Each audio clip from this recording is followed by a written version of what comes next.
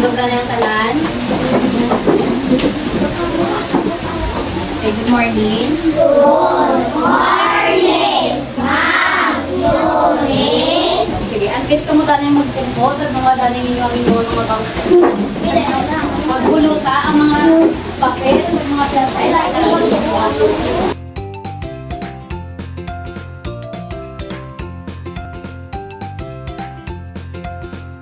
Kung niliwat ang kapatagong tandaan, kung nagasugod ng class ang aton na klase, no? So, insyak ko mamatik sa maestra. Ial sa akamot kung gusto kang sabat, o kung may pamakot, ano ka? Maghipos ka, hindi mag-istorya sa kupad. Magpahimunong sa bangko, no? Hindi maglibot-ibot kang mag-ibot-ibot, ano pa? O, ibalik sa insyak ko mga lugar ang mga gamit sa puluto ng mga plastic bag. Okay. So, may-ari ito din ng mga rewards o prizes na itatag sa mga very good. Okay, so dapat may very good dito today, ah. Okay, so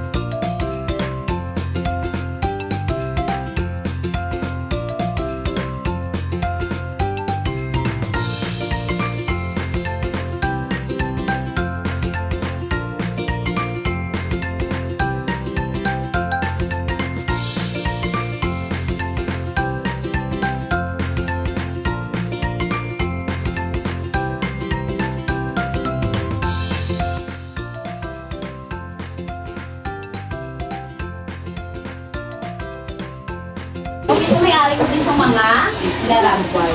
Mga ano din sila?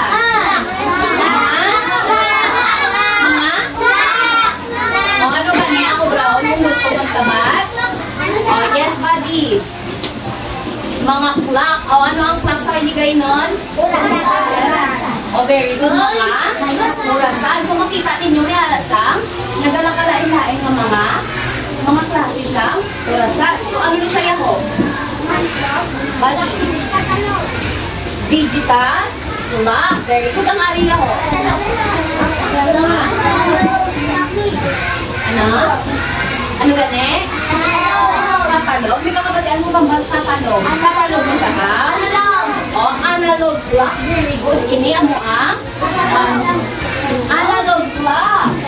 So, ano ang aton nga ginagamit para mabalaan ang oras? Ha? Okay, very good. Ang clocks akon ang mga relo. Okay, may ara kita sa basahon. Kung anong tabasa, ha?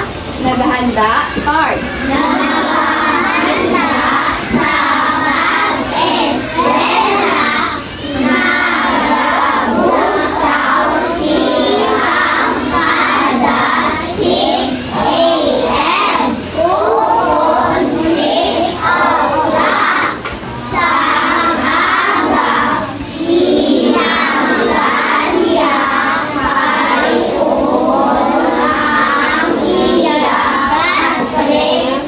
iyang pagkakandan sa pag-eskwela. Okay, very good. So, ano oras nagabugtaw si Ram? 6 o'clock on. Alas 6 ang aga. Okay, next.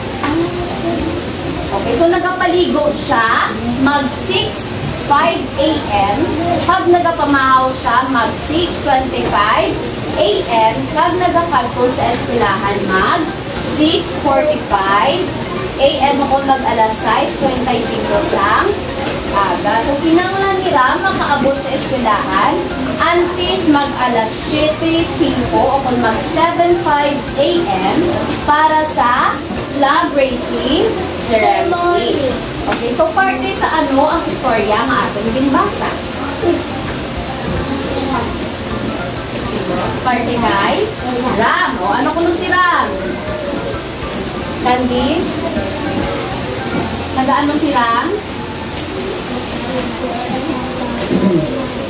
Okay, nagapaligo kung aga pag pamahaw, okay,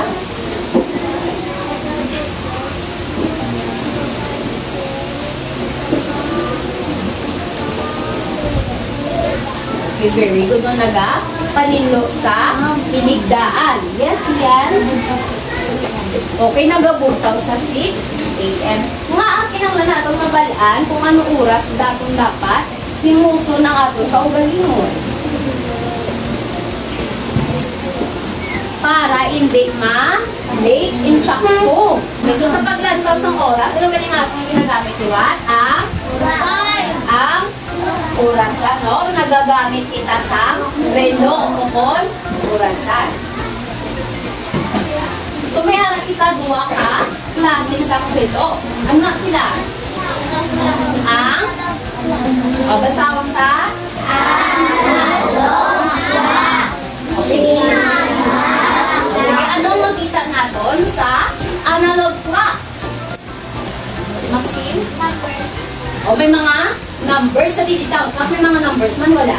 Okay, may ara. Ano ang kinalainan sa analog clock? Ang digital clock. O, Nelmark. Ang analog clock, ang digital clock, ito duwa ng oras. Okay, nagagwa ang oras yan sa digital clock. Sa analog yan, may ara sa? Maisip ta pag may ara sa duha ka kamot. Ang malipot na kamot kag ang malaba na kamot. Okay, ano ang ginasugid niya sa malipot na kamot? Minuto? Hours. Very good. Oras. Paano naman niya ang malaba na kamot? Charles. Okay, ang minutes or ang minuto. Very good. Okay, so kapila maglibot ang minute hand kung ang malaba kakabot sa isa ka oras. Kapila na siya maglibot. Yes, Adonis. Infinity. Sa isa ka oras, kapila maglibot ang malaba nga kamot. 60 minutes. Yes. 60. Kapila maglibot sa isa ka oras. Antis malubat. O kung may ara sa orasan. Body. Okay, no?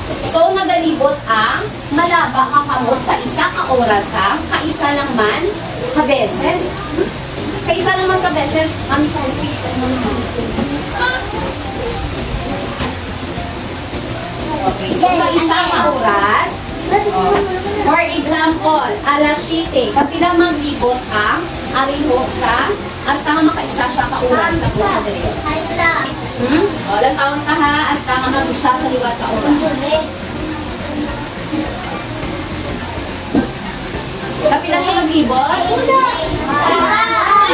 Isa lang. Okay. So, ang malaba nga kamot sa isa ka oras, kaisa lang man maglibot sa orasan. So, ang ari naman niya ho, ang malipot na kamot ko ang hour hand, kapila na siya maglibot sa isa ka adlaw. 24 hours. Very good, Nelmark. 24 hours. Okay, kung nagpao natin, ano ang mas madasig maglibot? Or ang mas madasig maglibot? Ang malaba o kung ang malipot? Ang malaba. Yes. Ang malaba kamot. Very good.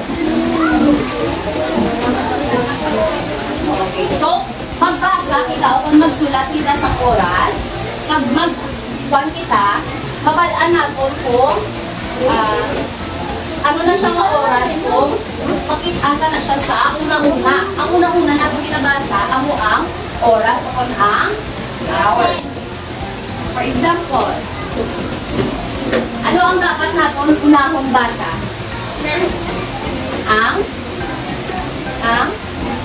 Ang time. Ano nga time? Ang malaba ang kamot o kung ang malipot ang kamot? O, yes ha?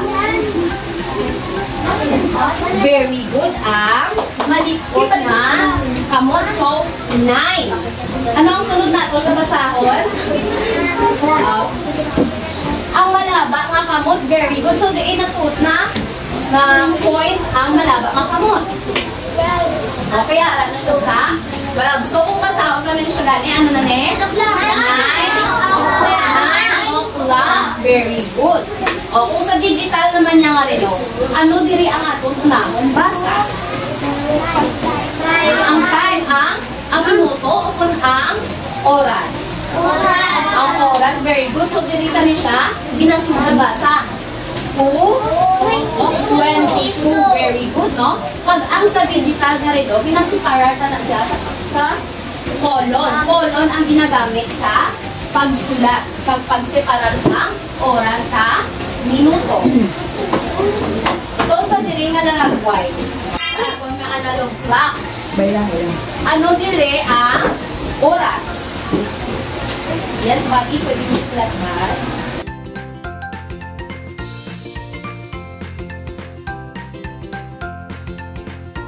Paano maghambal kung magsulat sa oras?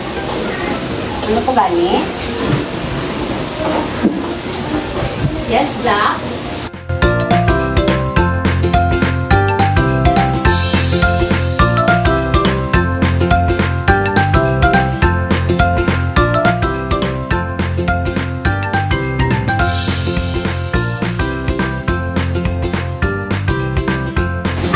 Magsugod. Anong dapat natin tandaan kung nagasugod ang ating mga group activity? Body. Mahipos pagod ang mga kagrupo. Ano pa, Jack?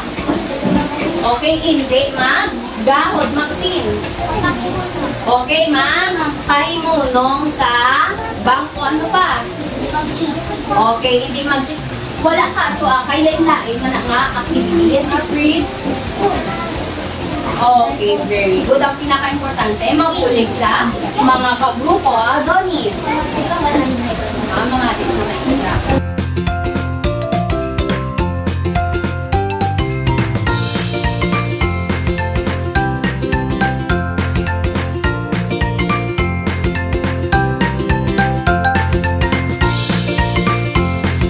Basahon ang mga dinalan, kagibutang ang oras nga nagagamit sa AM sa PM base sa mga sitwasyon. Okay, butang na lang ang insakto nga sabat ha. Hindi na, isulat na lang ang insakto nga sabat.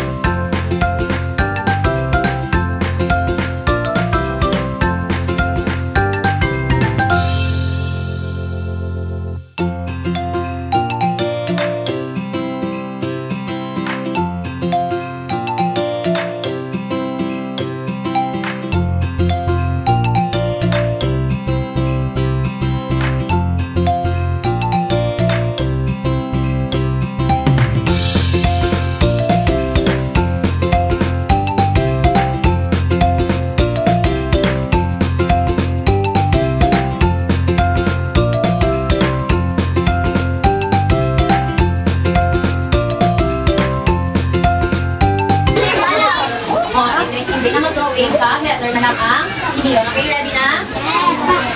Piliyon kung ano ni siya nga oras ha. Number 1.